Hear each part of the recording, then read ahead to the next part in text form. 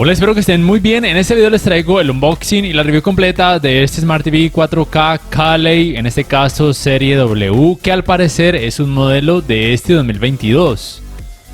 Y digo que al parecer es un modelo del 2022 porque realmente no tengo forma de corroborarlo, es simplemente lo que me dicen los asesores de Caley. Pues bien, mientras observan este unboxing, quiero mencionarles algunas cosas importantes acerca de este televisor. La primera es que su precio puede rondar entre los 300 y 320 dólares, más o menos 1.500.000 o 1.600.000 en cuanto a pesos colombianos. Lo otro es que tiene panel VA. Lo otro es que me sorprendió que soportara Dolby Vision como tecnología de alto rango dinámico. Y aquí quiero aclarar para quien no sepa que Caley como tal es una marca que se vende en Colombia y creo que en Panamá. Y quien fabrica esos televisores es como tal Hisense, o por lo menos eso es lo que me han dicho los mismos asesores de Hisense. Y lo otro es que tiene Android TV basado en Android 11 como sistema operativo. Y debo decirles que la verdad es que me pareció un buen televisor en términos generales. En la caja van a encontrar el cable de energía que va ubicado aquí en esta parte posterior lateral del televisor, las dos bases laterales con sus respectivos tornillos, dos por cada una de ellas, el certificado de garantía, el manual de usuario. También encontrarían el control remoto que de mi punto de vista tiene un diseño agradable, es pequeñito, muy ergonómico o cómodo al agarre, tiene poquitas teclas pero suficientes para todo y utiliza dos baterías desechables AAA. En cuanto a las entradas, tiene 3 puertos HDMI 2.0 con soporte para canal de retorno de audio mejorado, 2 puertos USB, uno de ellos es 3.0, un puerto para el cable LAN para internet, un puerto para el cable de antena de aire, un puerto para el cable digital óptico, un puerto de 3,5 milímetros para auriculares y un puerto para conectar un conversor de entradas compuestas. Así los he visto desde su parte baja, el grosor máximo aproximado de este televisor es de 8,6 centímetros. En la instalación de las bases laterales es muy fácil, simplemente asegúrense de que los huequitos empaten muy bien con las palanquitas de cada una de estas bases y luego proceden a atornillar, recuerden 2 tornillos por cada una de estas bases. Así los he visto desde su parte posterior, la distancia entre agujeros para instalarlo en una base de pared es de 30 centímetros tanto en horizontal como en vertical. Y la distancia entre bases de ese tamaño de 50 pulgadas es de aproximadamente 93,8 centímetros. Y así luce visto desde uno de sus laterales, su estabilidad me pareció que es muy buena y recuerden que el grosor máximo aproximado de este televisor es de 8,6 centímetros. Y en cuanto a diseño general me parece que está muy bien, de hecho tiene un diseño relativamente elegante y relativamente bonito teniendo en cuenta que se trata de un televisor de gama baja o de gama de entrada. Voy a pasar los pasos de este primer encendido de una forma muy rápida porque son muy fáciles de seguir, simplemente si quieren que todo se haga un poco más rápido pueden utilizar su teléfono inteligente en donde tengan iniciada sesión con una cuenta de Google. Cabe resaltar que este televisor reconoce red Wi-Fi tanto de 2,4 como también de 5 GHz. Es importante además mencionar que en algún momento les va a pedir que sincronicen su control remoto con el televisor, de esta manera dejando oprimidas estas dos teclas por varios segundos hasta que la sincronización se lleve a cabo por completo. Y listo, ya de ahí proceden a escoger su idioma, la región, etcétera, etcétera, etcétera. Bueno, en cuanto al apartado Smart, ya saben que tiene como sistema operativo Android TV basado en Android 11. Su fluidez es buena, pero no me gustó tanto en algunos aspectos porque sí que se quedó a veces pegado, trabado en algunas aplicaciones. No es algo supremamente tedioso, por lo menos no para la gran mayoría de personas, pero para mí sí que lo fue. En ese aspecto le doy un punto negativo, aunque no es que sea algo terrible. Como tal, pues bien, abre las aplicaciones un poco rápido, a veces se demora un poco más de lo normal que he experimentado en otros televisores de otras marcas, ya sea con Android TV o con Google TV. Por supuesto soporta la Google Play Store que es muy amplia y de ser necesario se le pueden instalar archivos APK. Debo decir que hice las pruebas con varias aplicaciones donde tengo una cuenta abierta, Star Plus, Disney Plus, Netflix, Amazon Prime, Crunchyroll, por supuesto también YouTube, en este caso YouTube Premium, y se desempeñó bien, y donde experimenté de pronto algunos problemas o trabas fue con Disney Plus, no sé por qué. pero también experimenté yéndome a la hora de pues darle clic al botón inicio, a veces se quedaba pegado o se demoraba un poco. No es algo supremamente terrible, pero yo sí que puedo experimentar ese tipo de problemas, aunque leves. Lo otro que no me gusta es que esta capa de personalización, a la hora de acceder por ejemplo a comandos, aparece una pantalla completa para poder acceder por ejemplo a cambiar el modo de imagen, como pueden notar, y es algo tedioso. Y otra cosa es que con algunas aplicaciones a la hora de acceder a las configuraciones se pausa el video, mientras que con otras aplicaciones a la hora de acceder a las configuraciones el video sigue corriendo. Entonces me parece que ahí algunas marcas en esto de capa de personalización sí que deben mejorar mucho. Pero bueno, sea como sea, en términos generales, en cuanto al apartado Smart, el televisor funcionó bien a la hora de abrir aplicaciones, de cargar videos. Es un gran avance para esta marca porque, por ejemplo, los primeros televisores Caley que yo revisé, en ese caso no tenían Android TV y eran un desastre total a la hora de las aplicaciones. Y si bien estos no tienen como tal Google TV, sí tienen por lo menos Android TV. Y para quien se pregunta la diferencia principal o las diferencias principales entre Android TV y Google TV, es que Google TV es más personalizable, es un poquito mejor optimizado y también tiene preinstaladas una mayor variedad de aplicaciones, pero sea como sea, en ambos tienen la posibilidad de ser instalados archivos APK en caso de ser necesario. Aquí ven entonces que funciona la aplicación Crunchyroll muy bien, se demora en cargar más de lo normal, diría yo, aunque también depende de la velocidad de descarga de internet que tengan en sus hogares, aunque aquí la velocidad es muy buena, es una red Wi-Fi de 5 GHz con más de 300 megas y entonces como tal sí se debe tal vez al televisor en sí o al sistema operativo que no está supremamente optimizado para él, pero tampoco es que sea algo supremamente terrible y puede ser suficiente para una persona que sea muy paciente o que nunca haya tenido en sus manos un televisor inteligente. Ahora bien, en este caso he trasladado el televisor a mi habitación, primero para hacer pruebas en cuanto al asistente de voz. Debo decirles que el televisor como tal como que se desincroniza o el control remoto pierde sincronización muchas veces junto con el televisor para poder acceder a comandos de voz.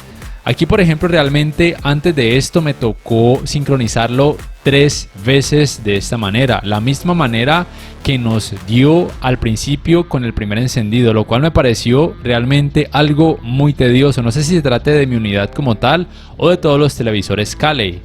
Pero luego de esto por lo menos el asistente de voz de Google funcionó muy bien. Deben tener en cuenta que el televisor no soporta la función de manos libres, es decir que no funciona al decir OK Google ni Hey Google, es decir que sí o sí deben oprimir el botón del asistente de voz de Google que se encuentra en el control remoto. Otra razón por la cual trasladé este televisor Caley momentáneamente a mi habitación es para hacer algunas otras pruebas. Una de ellas es con el decodificador de TV cable, a ver si permitía de pronto con el control remoto sincronizarlo para poder darle comandos tanto al decodificador de TV cable como al televisor. Yo ya sabía que no se podía porque el sistema operativo Android TV ni tampoco Google TV lo permiten, pero aquí se los estoy corroborando. Lo otro es que cuando lo utilicen para ver televisión o canales de TV cable mantengan aquí este formato 1.4 porque si lo colocan en 2.0 usualmente como que el televisor forza demasiado la imagen y se ve a veces pixelado más de lo normal, especialmente a la hora de ver partidos de fútbol. Entonces recuerden, es mejor mantenerlo en HDMI 1.4. La otra prueba que quería hacer es en cuanto al manejo de los reflejos, teniéndolo en una habitación que reciba luz ambiental por medio, por supuesto, de las ventanas. Esto tiene que ver mucho dependiendo del ángulo en el cual ustedes se ubiquen, porque si lo ven de frente, pues se va a ver bien, a menos de que la ventana sea increíblemente ancha. Pero usualmente eso no sucede. Sin embargo, si por ejemplo van a ver esta pantalla teniendo muchas personas sentadas alrededor en diferentes ángulos, muy probablemente algunas de ellas sí que vayan a sufrir por lo que tiene que ver con esos reflejos provenientes de las ventanas, porque este televisor no tiene una alta cantidad de brillo. Pues bien, hablando de brillo, es real que su cantidad no es muy alta. En este caso, estos dos clips de estas dos películas tienen formato de alto rango dinámico Dolby Vision y se ve realmente muy bien desde mi punto de vista.